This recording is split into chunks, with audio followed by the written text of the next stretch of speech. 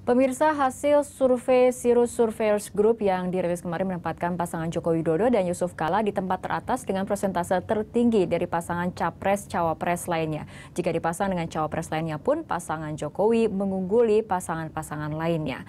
Apa sesungguhnya daya tarik yang dimiliki Jokowi dan Yusuf Kala sehingga lebih dijagokan oleh responden dalam survei tersebut? Kita akan membahas topik ini bersama Direktur Eksekutif dari Sirus Surveyors Group, Bapak Andrinov Chaniago. Pak Andrinov, terima kasih telah bergabung sama kami dalam Prime Time Talk.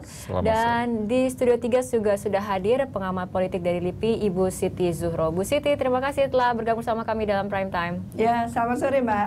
Selamat sore Pak Andrinov. Selamat sore Mbak Wiwi. Baik, kita akan berbincang, tapi sebelumnya kita akan lihat grafik berikut ini, yaitu hasil dari survei Sirus Surveyors Group.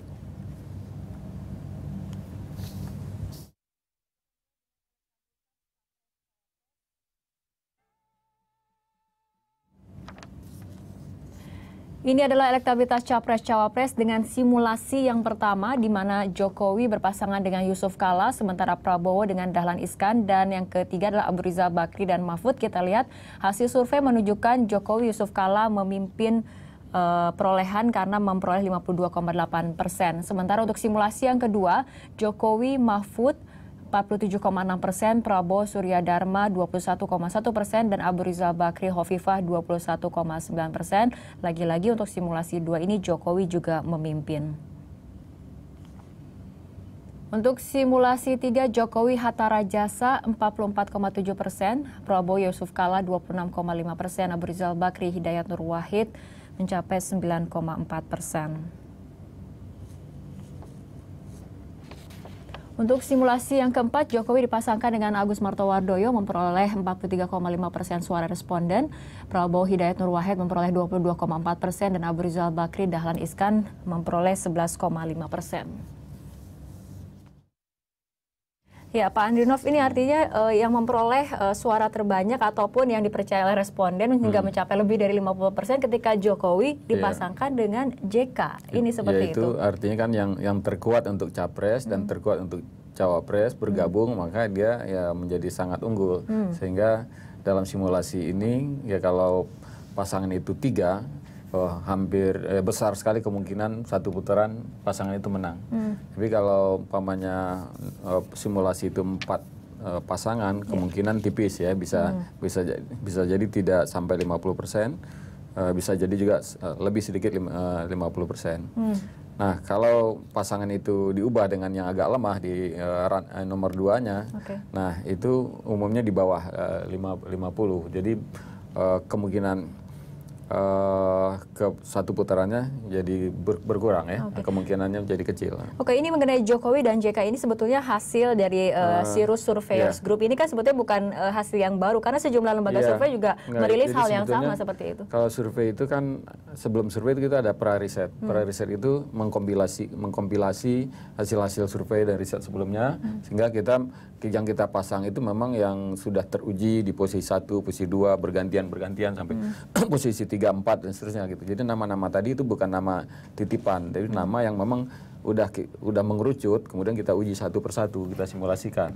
Dan dari beberapa survei memang kalau pilihan secara spontan dari masyarakat pun, siapa cawapres yang mau dipilih, ini secara spontan masyarakat ya paling banyak bilangnya Pak JK. Kalau presiden ya capres ya Pak Jokowi udah dari dulu gitu. Mungkin sedikit saja jelaskan survei ini kapan dan metodologinya seperti apa, singkat saja. Ya survei biasa, ini survei yang dilakukan melalui tatap muka, respondennya ada 2.200 ya, nasional, artinya seluruh Indonesia. Nah, kemudian dilaksanakan pertengahan Februari, minggu ketiga gitu ya, kurang lebih 1 minggu di lapangan ya, jadi tatap muka langsung kita mengirim pewawancara di tingkat lokal gitu.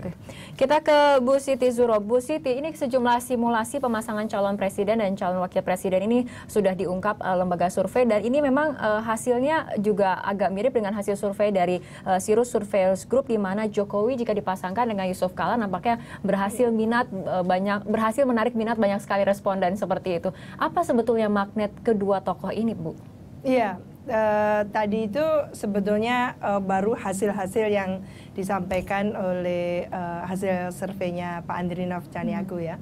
Jadi kita belum mendengar secara utuh gitu ya, bagaimana survei ini dilakukan, yang katanya nasional, berarti di 34 provinsi, siapa saja yang disasar dari 2.000 lebih responden tadi itu, apakah ada klasifikasi tersendiri atau acak, atau semua memberikan perspektifnya untuk pilihan baik capres maupun cawapres tadi, sehingga menghasilkan pasangan Jokowi JK, Yusuf Kala itu yang tertinggi. Ini yang saya belum mendengar ya, mungkin bisa diterangkan kembali oleh Pak Andrinov.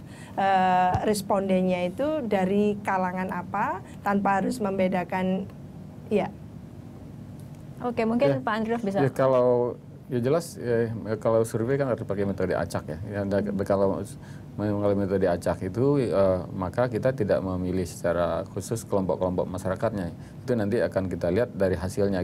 Kita kelompok-kelompokkan dari hasilnya. Jadi untuk mengukurnya itu justru kita nanti mencocokkan dengan data resmi, misal data BPS. Kalau data-data demografis mendekati dengan BPS, maka kualitas data itu bagus. Tapi kalau kita tampilkan nanti kelihatan data kita itu mendekati sekali. Apakah itu BPS diambil hanya di ibu kota provinsi? Oh enggak, ini survei nasional Mbak Wiwi. Jadi diacak secara proporsional jumlah desa. Jadi desanya diacak tiap provinsi sesuai dengan proporsi penduduk atau pemilih. Kemudian di desa diacak lagi RT diacak lagi KK nanti ada acak yang pakai Qiskrit namanya untuk menemukan responden. Jadi semuanya pakai acak. Ya, berarti dengan sistem random itu dilakukan mulai di level yang paling atas sampai ke bawah. Iya, kalau desa. Iya, sampai akar rumput gitu ya. Iya. Jadi kalau grassroots juga diambil sebagai satu sampel, menurut saya, dan ini dilakukan secara serius, itu bisa dipertanggungjawabkan. Mungkin ini representatif. Jadi iya, jadi kalau ini representatif berarti mewakili suara dari seluruh warga ya, dengan representatif tadi itu. Dan menurut saya memang bukan hal baru yang kalau menunjukkan Jokowi on the top gitu ya, orang yang dipilih, nama itu yang dipilih paling atas gitu. Tinggal dengan siapapun sebetulnya Pak Jokowi ini memang termasuk memang akan mendulang suara. Menurut saya mendulang suara. Memang idealnya Pak Jokowi itu di backup oleh wakil presiden yang tentunya ya juga eksekutor, dalam arti ya yang memahami birokrasi, yang memahami bagaimana menjalankan di internal nanti kementerian dan sebagainya yang bisa seperti itu. Karena Pak Jokowi nanti seperti yang di DKI Jakarta lebih belusukan, lebih ke turun kan, seperti itu. Oke, baik Bu Siti Zuhro dan juga Pak Andrinov, kita akan lanjutkan perbincangan, tapi kita ikuti jeda berikut terlebih dahulu. Pemirsa, dialog kembali kami lanjutkan, kita kembali ke Ibu Siti Zuhro. Bu Siti, tadi dikatakan sebaiknya calon wakil presiden yang akan mendampingi Jokowi nanti jika sebagai capres ini adalah yang berkarakter eksekutor seperti itu. Apakah kemudian publik melihat atau responden melihat bahwa JK ini mewakili karakter seperti itu sehingga bisa mengimbangi kepemimpinan dari Jokowi?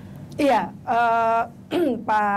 Pak Yusuf Kala ini dikenal orang yang bekerja gitu ya, orang yang tidak bertele-tele, bekerja secara tangkas, merespon secara bagus gitu ya. Memang ada isu mengapa ini kita kalau memilih Pak Yusuf Kala ini umurnya akan 72 tahun. Padahal beliau ini sudah pernah jadi wakil presiden, dan Pak Yusuf Kala ini juga sudah pernah juga di pemilu 2009 mengikuti pilpres itu sebagai capres gitu, dan tapi kalah kan gitu. Jadi sudah pernah jadi wakil presiden selama periode 2004-2009 dan juga mencapreskan dirinya di pemilu 2009, sekarang mencawapreskan. Lah ini yang perlu kita pertimbangkan juga, apakah tidak ada calon lain kan, seperti itu ya, karena kita juga butuh regenerasi juga kan gitu. Dicarikan lah ya orang yang betul-betul memang darah segar gitu ya untuk memimpin negara ini, supaya kita tidak terbelenggu oleh isu suksesi yang seolah-olah kita tidak punya calon-calon baru kan, itu lebih bagus lagi gitu. Baik, Bu Siti, kita ke Pak Andrinov dulu. Pak Andrinov mungkin ada tanggapannya tersendiri. Enggak, ya gini, yang menguntungkan posisi Pak Jokowi ini kan karena popularitasnya tinggi, tingkat keterpilihannya tinggi, dan itu memudahkan dia untuk memilih pasangan dengan aneka pilihan, dengan banyak alternatif ya. Jadi bisa banyak pertimbangan yang bisa dipakai, bisa tidak hanya pertimbangan representasi politik, dukungan besarnya dukungan ya.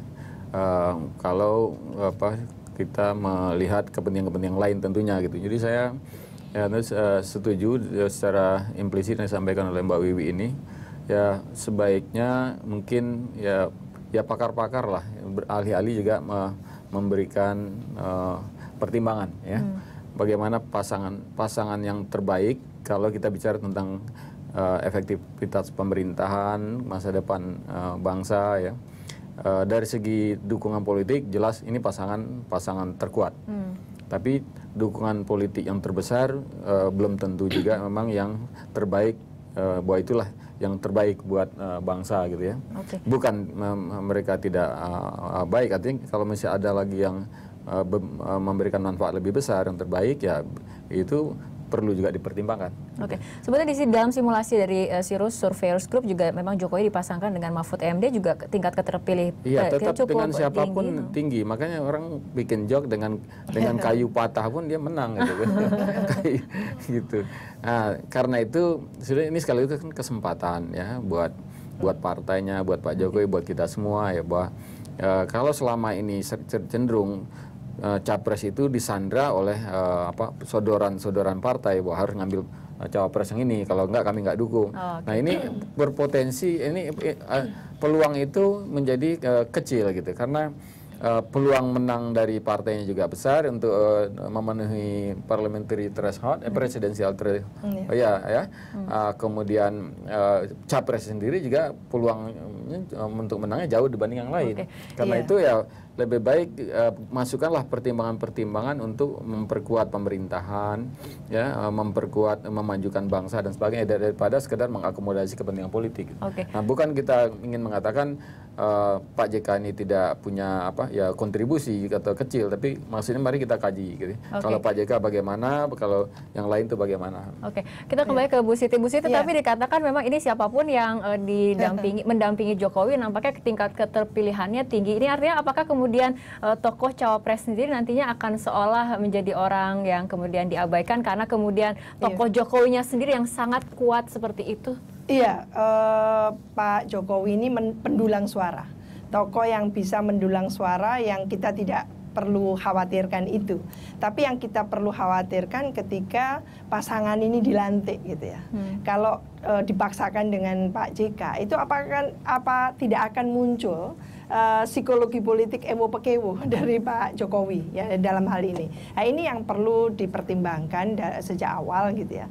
Sehingga kalau kita pasangkan dengan yang paling tidak lah ya, tidak terlalu jauh beda umurnya antara Pak Jokowi dengan wakilnya, itu akan lebih bagus. Menurut saya selain energinya luar biasa ya, darah segar gitu, dan ewo pekewo itu juga sudah selesai, tidak ada lagi kan gitu. Kalau seperti ini pastinya yang namanya ingin jadi mencalonkan gubernur dulu itu beliau juga sowan kan ke Pak JK. Lah ini ada efek-efek psikologis politik yang seperti ini yang kita tidak mau lagi seorang presiden dibebani oleh satu ewo pekewo lagi lah. Kita harapkan memang dalam menjalankan tugasnya nanti, jadi pertimbangan kita tidak hanya terpaku pada pilpres, tapi pasca pilpres setelah yang bersangkutan dilantik ini so what? Nah, ini yang kita sedang pikirkan masak-masak gitu, sehingga nantinya betul-betul kita mampu memunculkan di pemilu 2014 ini adalah dwi tunggal yang solid ya, yang solid, yang utuh, yang bersinergi dan bisa membagi tugas, dan ada tetap saja dalam konteks Indonesia sistem presidensialnya ya memang domain itu ada di presiden, wakil presiden ya wakil presiden gitu ya. Selama presiden tidak memberikan tugas itu ya memang tidak boleh melampaui kan itu. Tapi bukan berarti lalu tidak bisa mengeksekusi. Lah ini bagaimana menimbulkan polarisasi yang bagus di antara dui tunggal itu yang penting. Bu Siti Zuhro dan juga Pak Anirov, seperti biasa kita harus tahan dulu perbincangan. Kita ikuti jeda berikut terlebih dahulu. Pemirsa, dialog kembali kami lanjutkan, kita ke Pak Andrinov. Pak Andrinov, tadi dikatakan oleh Bu Siti Zuhro yang menarik adalah sebetulnya bukan hanya saja jelang pemilu legislatif, pemilu presiden, tapi pasca pilpresnya seperti itu menghasilkan duit tunggal yang solid.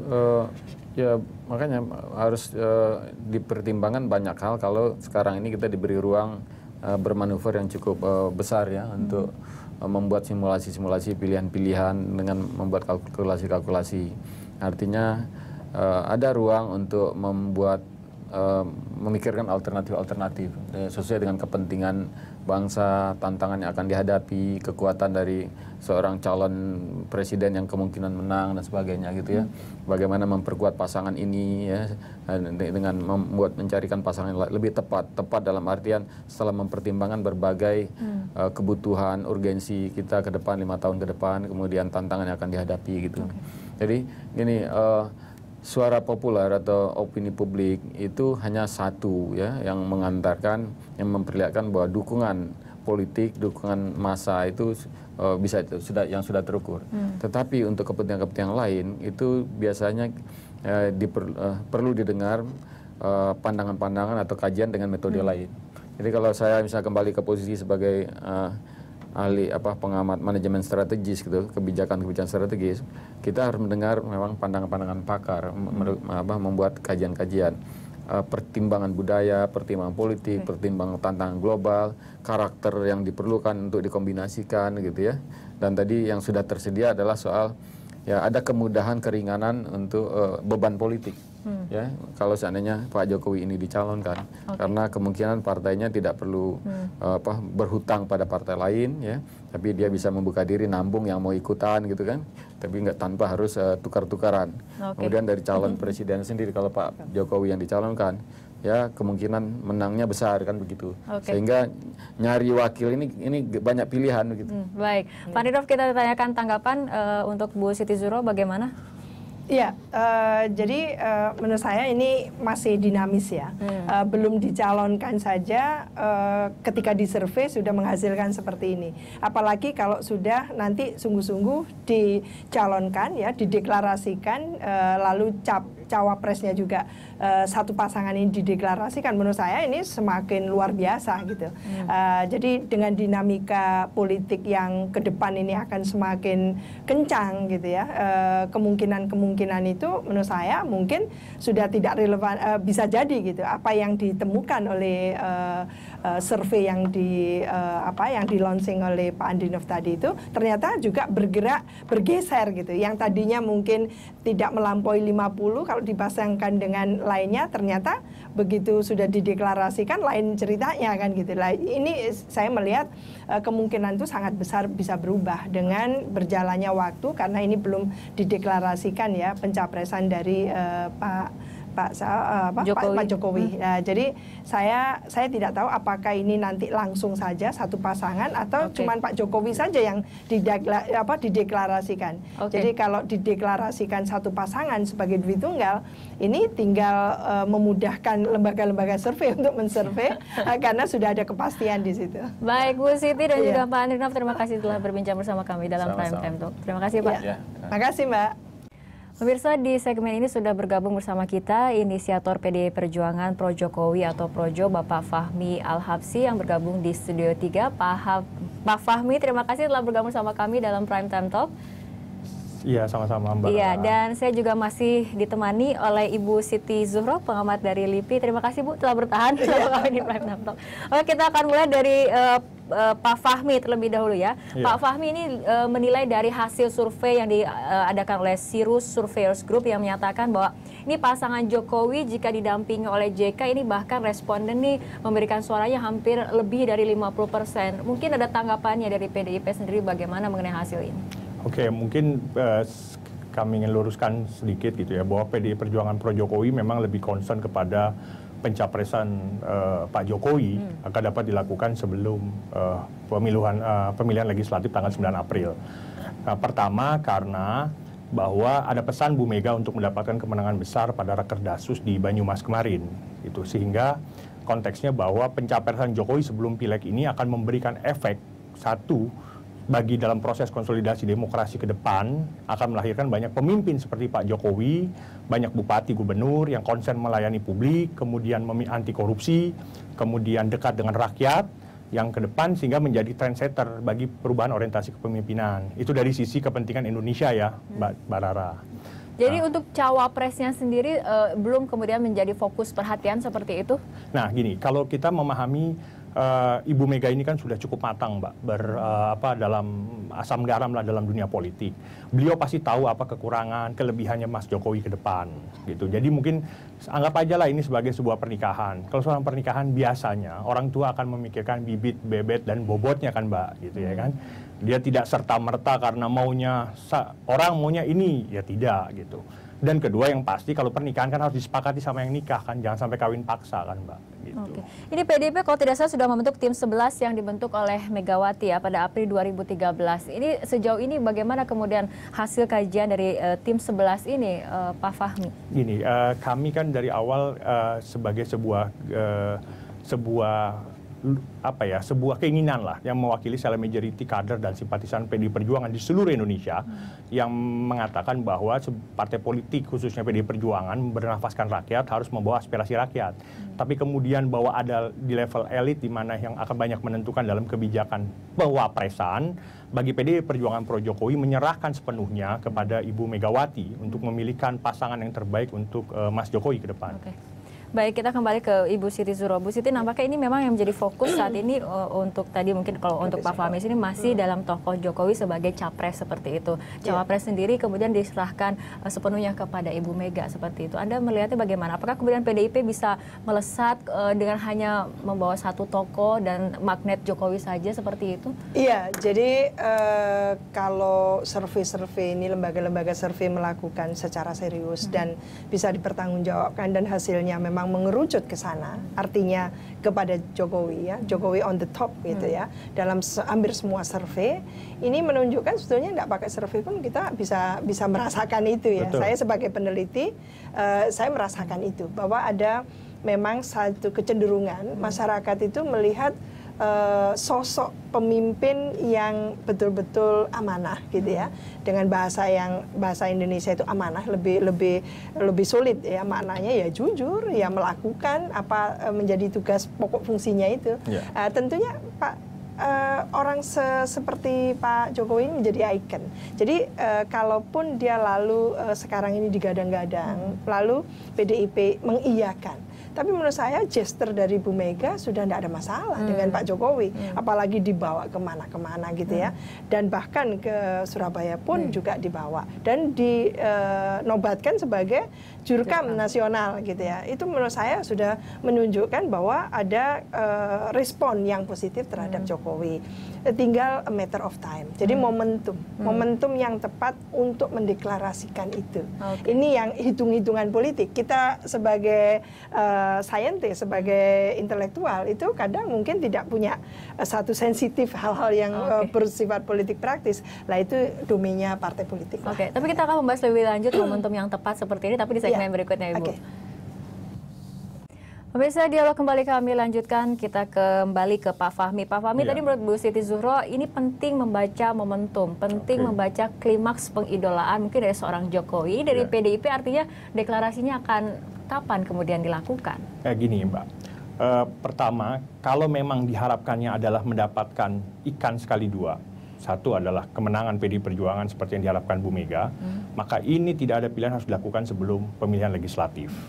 Tapi kalau hanya ingin mencapreskan Jokowi dengan posisi survei-survei sekarang yang menunjukkan di bawah threshold, toh pada ujungnya mau tidak mau PDI Perjuangan akan mencapreskan Jokowi pasca pileg, cuman minus kemenangan besar PDI Perjuangan. Nah, jadi kalau bicara soal wapres, bagi sudut pandang PDI Perjuangan Pro Jokowi, hanya menyatakan bahwa yang paling penting adalah wapres ini mampu membawa agenda ideologi Bu Mega, yaitu agenda Trisakti, berdaulat dalam politik, berdikari dalam ekonomi, dan berkarakter dalam budaya. Jadi kalau hal ideologi itu belum mendapatkan irisan, saya pikir pemilihan wapres kita serahkan sepenuhnya kepada Bu Mega. Bahwa kemudian kalau sebelum pileg ternyata Ibu Mega sudah menemukan orang yang tepat, yang bisa mengawal ideologi PDI Perjuangan, saya pikir ya tidak ada salahnya di launching juga bersamaan dengan pencapresan Pak Jokowi. Oke. Tapi sejauh ini untuk berkoalisi sendiri, apakah kemudian PDIP sudah kemudian membangun komunikasi khusus dengan partai-partai lain seperti itu, Pak Fahmi? Ya, kita mengurus 220 juta rakyat, Mbak. Tidak bisa PDI Perjuangan sendirian sebenarnya. Memang begitu banyak wacana yang muncul. Misalnya, apakah perlu sipil militer, apakah internal atau eksternal, apakah politisi dengan orang ekonom. Nah, kebutuhan-kebutuhan ini masih menjadi perdebatan di dalam PDI Perjuangan gitu. Tapi yang paling utama adalah pewapresan nanti adalah buat membantu meringankan kerja Pak Jokowi ke depan. Jangan kemudian menjadi beban politik Pak Jokowi ke depan. Dan kedua, dari awal rakyat, bahasanya rakyat kalau kami ketemu dengan ketika pendeklarasian di Jawa Timur, Jawa Tengah, bahasanya maaf ya Mbak, mungkin sedikit rada sombong. Rakyat bilang, wis Mas Jokowi sendal jepit aja menang gitu katanya gitu Mbak. Gitu. Oke, baik, kita ke Bu Siti Zuhro. Mungkin mengenai strategi apakah kemudian deklarasi ini harus sebelum pemilu legislatif ataupun sesudah pemilu legislatif, menurut Pak Bu Siti seperti apa? Iya, saya berusaha objektif ya. Dan pemilu ini kan bukan pesta pora loh, salah. Kalau kita menerjemahkan pemilu kita ini adalah pesta pora, ini pestanya pesta demokrasi, itu maknanya menjadi sempit, semacam hura-hura. Saya khawatir kalau ini hura-hura menjadi huru-hara nanti belakangnya. Jadi jangan sampai terjadi yang seperti itu. Bahwa pemilu yang keempat, ini kan pemilu hitungan kan 1, 2, 3 sampai 2009 itu pemilu ketiga kali. Pemilu keempat kali, tolong jangan syarat dengan kebohongan atau kecurangan-kecurangan. Oleh karena itu, semua pasangan calon, khususnya yang capres-cawapres itu, diberikan kepada masyarakat gitu ya, informasi yang utuh mengenai katakan calon dalam hal ini Pak Jokowi. Dengan semua kelebihan dan kekurangannya. Jangan hanya positifnya saja. Nanti kecewa di belakang. Kita mau kali ini dalam tahapan pemilu Pilpres nanti itu, kecewa itu datang di depan. Supaya tidak ada neko-neko setelah pasangan calon, capres, presiden dan wakil presiden itu dilantik. Lalu apa yang terjadi? Keinginan untuk impeachment yang tidak pernah henti gitu ya dalam satu periode itu, sehingga kompetisi kontestasi partai-partai meskipun itu koalisi terjadi perang di dalamnya yang luar biasa. Ini jangan diulang. Oleh karena itu kita harapkan meskipun pileknya lebih dulu, kita harapkan ada semacam formula baru, format baru dalam partai-partai ini berkoalisi. Bukan koalisi jangka pendek saja, tapi koalisi yang relatif lebih terformat. Sehingga dan solid ya. Iya, betul-betul mendukung presiden dan wakil presiden itu utuh gitu, tidak separuh-separuh, apalagi memang sengaja supaya pemerintah tidak efektif. Itu jangan terjadi lagi. Lah ini yang harusnya memang media ya, peran media menurut saya sangat penting saat ini. Saking pentingnya jangan-jangan melampaui malaikat karena sangat sangat ini ya strategis untuk menyampaikan ini loh kelebihan seorang calon dan ini loh ini ada kekurangan juga. Supaya jangan jangan dipilih ya. Murka rakyat itu terjadi di tengah jalan nanti. Lah ini yang kita tidak setuju juga gitu. Boleh ditambahkan Mbak Rara kalau boleh menambahkan. Ya singkat saja Pak Fahmi, sangat singkat. Artinya bahwa kita tidak mau apa yang disebut dalam mitologi Sisyphus, kita mendorong satu batu kemudian sampai atas, batu itu turun kembali dan bulak-balik seperti itu. Nah karena itu kita mengharapkan bahwa concern terhadap masalah kecurangan pemilu menjadi concern PDI Perjuangan pro Jokowi, dan dalam waktu dekat kita akan melakukan satu gugatan kepada KPU untuk beberapa hal, mungkin kita tidak bisa sebutkan di kesempatan saat ini. Tapi gugatan ini akan menjadi titik awal bahwa ada yang salah dalam proses pemilu kita selama ini. Baik. Pak Fahmi, terima kasih, dan juga Bu Siti Zuhro, terima kasih telah berbincang bersama kami dalam Prime Time Talk. Terima kasih Bu.